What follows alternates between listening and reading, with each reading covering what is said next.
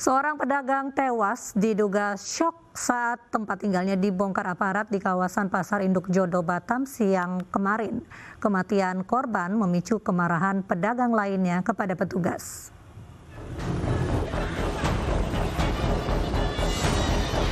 Penggusuran Pasar Induk Jodo Batam, Kepulauan Riau memanas saat Friska Ginting, seorang pedagang yang tinggal di lokasi pasar induk tersebut jatuh pingsan. Diduga korban kaget saat petugas mengerahkan 2 alat berat untuk merobohkan bangunan pasar induk. Friska yang pingsan sempat dibawa warga ke rumah sakit. Namun sayang, nyawa ibu 2 anak ini tak bisa diselamatkan. Friska meninggal diduga syok berat karena tempat tinggalnya hendak dibongkar. Suasana pun memanas ketika para pedagang mengetahui ada rekannya yang meninggal. Pedagang sempat melempari petugas dengan batu. Jadi ini kejadiannya ketika dia melihat ada beko. Jadi tanpa ada verifikasi, tanpa ada pengumuman, tiba-tiba beko datang. Sesudah diusut, ternyata beko itu adalah bukan punya Pemko. Dia ambil dari sebelah. Berarti korban meninggal karena ketakutan, Pak? Betul, jantungnya nggak kuat. Proses pembongkaran pun dihentikan sementara hingga batas waktu yang belum ditentukan. Gusti Yonosa, Batam, Kepulauan Riau melaporkan. Ratusan orang tua siswa mendatangi DPRD Bali untuk mengadukan nasib anaknya yang tidak tertampung di SMA negeri. Mereka mengaku tidak ada biaya untuk menyekolahkan ke SMA swasta akibat terdampak COVID-19.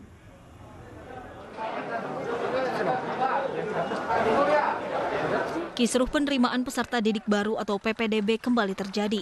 Di Denpasar, Bali, ratusan orang tua siswa mendatangi DPRD memprotes lantaran anaknya tidak diterima di SMA negeri. Para orang tua siswa mengaku tidak mempunyai biaya lagi untuk menyekolahkan anaknya ke SMA swasta akibat terdampak COVID-19.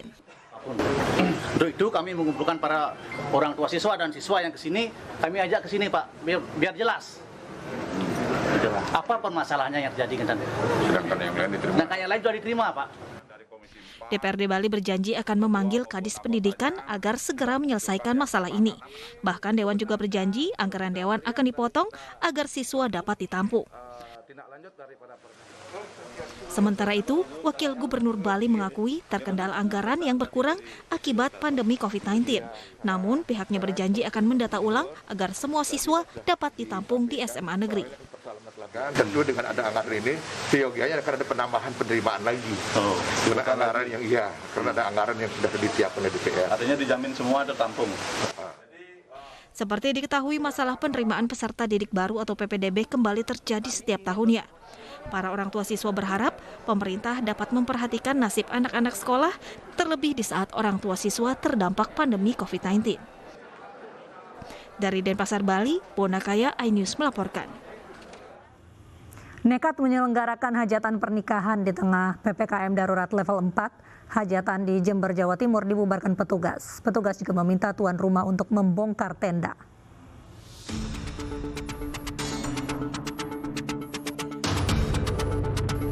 Beginilah aksi pembubaran hajatan pernikahan di Desa Kedaung, Kecamatan Mumbulsari, Jember, Jawa Timur. Meski larangan untuk tidak melakukan kegiatan yang memicu kerumunan warga, seperti hajatan, pernikahan, atau kegiatan lainnya sudah disampaikan, namun masih saja ada warga yang nekat. Petugas dari Polsek Mumbulsari dan Satgas Covid yang datang ke lokasi hajatan meminta tuan rumah membongkar semua tenda tersebut. Petugas juga menyita kotak besar untuk sound system dan tempat tenda besar ke kantor Polsek setempat sebagai barang bukti. Warga juga harus memahami posisi petugas, kemudian kita juga harus bertugas sesuai dengan profesionalisme adalah memutus mata rantai penularan COVID-19. Petugas akan memberikan tuan rumah penyelenggar hajatan dengan sanksi tipiring. Di masa PPKM darurat ini butuh kesadaran berbagai pihak untuk ikut membantu pemerintah dalam upaya memutus mata rantai penyebaran COVID-19. Dari Jember, Jawa Timur, Bambang Sugiarto, iNews melaporkan. Akibat ditutupnya jalur alternatif, antrian kendaraan mengular di kawasan Waru, Surabaya. Penyekatan tetap dilakukan karena Surabaya masuk PPKM level 4.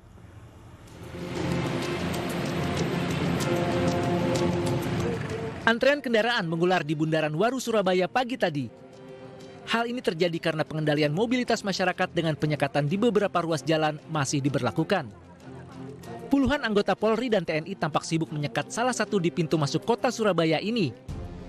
Bahkan 2 mobil kendaraan taktis diparkir melintang di tengah jalan.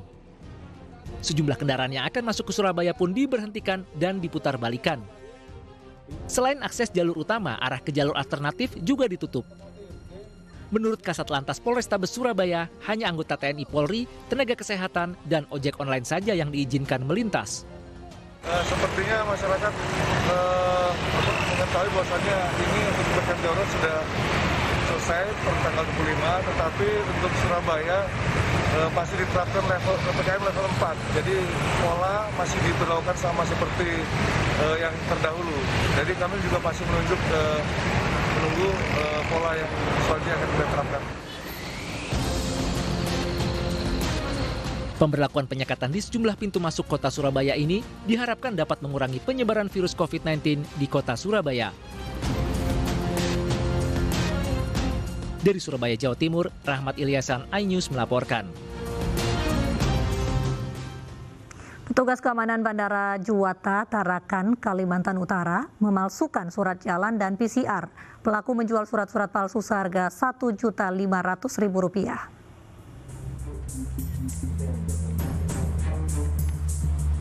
3 pelaku pemalsuan surat perjalanan dan surat palsu hasil tes PCR ditangkap polisi. Surat-surat palsu ini awalnya digunakan sebagai syarat dokumen perjalanan keluar kota dengan menggunakan pesawat. Dari ketiga tersangka, 1 orang diantaranya merupakan oknum petugas keamanan Bandara Juwata, Tarakan, Kalimantan Utara. Jadi dia membuat seolah-olah sama dengan aslinya. Bahkan dia juga telah menyiapkan stempel dan juga tanda tangan agar terlihat sangat mirip dengan yang aslinya. Tersangka FR menjual hasil tes PCR palsu sebesar Rp1.500.000, sedangkan surat keterangan pekerja dari perusahaan fiktif dijualnya seharga Rp150.000. Sebagai barang bukti, polisi menyita laptop, printer, stempel, buku rekening, dan bukti transfer. Tak ketinggalan uang tunai hasil kejahatan Rp7.691.000 turut disita polisi. Dari Tarakan, Kalimantan Utara, Usman Codang, iNews melaporkan. Kepolisian Polres Metro Tangerang Kota mengungkap kasus penjualan alat kesehatan ilegal. Tersangka memodifikasi tabung alat pemadam api ringan atau APAR menjadi tabung medis oksigen.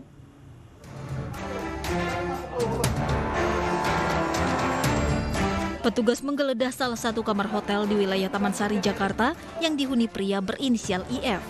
Di TKP, polisi menemukan beragam barang bukti alat medis, obat-obatan, tabung oksigen, hingga masker yang ditimbun pelaku. Pelaku menjual alat medis secara online dengan harga lebih tinggi dari harga normal.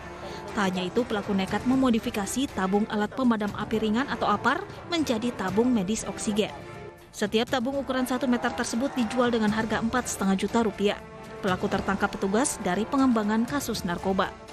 Ini adalah orang yang memanfaatkan situasi untuk mencari keuntungan setinggi-tingginya. Selain itu juga yang lebih bahayanya adalah penjual ini tanpa memiliki kualitas kesehatan, potensi kesehatan, namun dia juga pecandu narkoba yang jual alat-alat kesehatan ini. Sebagai contoh adalah tabung oksigen ini, itu tadinya warnanya merah, sekarang dicat sudah menjadi warna putih. Jadi ini akan kita lakukan. Kemungkinan dia juga belinya di online juga. Atas tindak kejahatannya, tersangka dijerat pasal berlapis tentang perlindungan konsumen dan narkotika dengan ancaman hukuman paling lama 20 tahun penjara. Dari Tangerang, Sukron, iNews melaporkan.